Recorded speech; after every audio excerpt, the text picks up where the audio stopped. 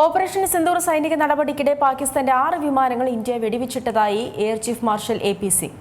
ഇതിൽ 5 യുദ്ധവിമാനങ്ങളാണെന്നും എ.പി. സിംഗ് വ്യക്തമാക്കി. ഓപ്പറേഷൻ സിന്ദൂർ സൈനിക നടപടിക്കിടെ പാകിസ്ഥാന്റെ 6 വിമാനങ്ങൾ ഇന്ത്യ വെടിവെച്ചിട്ടുവെന്ന വെളിപ്പെടുത്തലാണ് ഇപ്പോൾ air chief marshal AP. Singh നടത്തിയിരിക്കുന്നത്. ഇതിൽ 5 യുദ്ധവിമാനങ്ങളാണെന്നും എ.പി. സിംഗ് പറയുന്നു. S-400 വ്യോമ പ്രതിരോധ സംവിധാനം വഴിയാണ് ഇന്ത്യ പാക് യുദ്ധവിമാനങ്ങൾ വെടിവെച്ചിട്ടത്. ബംഗളൂരുവിൽ ഒരു പരിപാടിയിൽ സംസാരിക്കുമ്പോഴായിരുന്നു എയർ ചീഫ് മാർഷലിന്റെ തുറന്നുപറച്ചിൽ. ഇതാദ്യമായാണ് ഓപ്പറേഷൻ സിന്ദൂറിനെക്കുറിച്ച് വ്യോമസേനാ മേധാവി പ്രതികരിക്കുന്നത്. യുദ്ധവിമാനങ്ങൾക്ക് പുറമെ ഇന്ത്യ വെടിവെച്ചിട്ട മറ്റൊരു വിമാനം 300 കിലോമീറ്ററുകൾക്കപ്പുറമാണ് ഉണ്ടായിരുന്നത്. S-400 വ്യോമ പ്രതിരോധ സംവിധാനം വഴിയാണ് ഈ വിമാനത്തെയും വെടിവെച്ചിട്ടത്.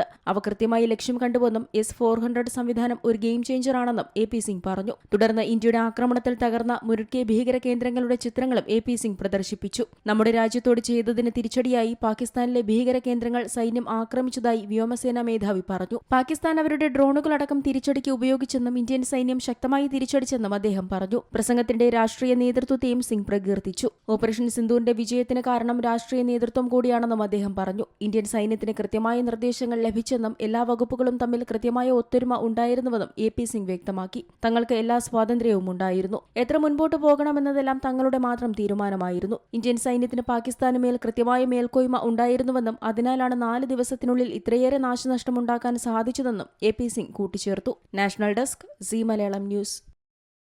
ഏറ്റവും പുതിയ വാർത്തകളും വിശേഷങ്ങളും വിരൽത്തുമ്പിലറിയാൻ സീ മലയാളം ന്യൂസ് എല്ലാ ഡിജിറ്റൽ പ്ലാറ്റ്ഫോമുകളിലും ലഭ്യം.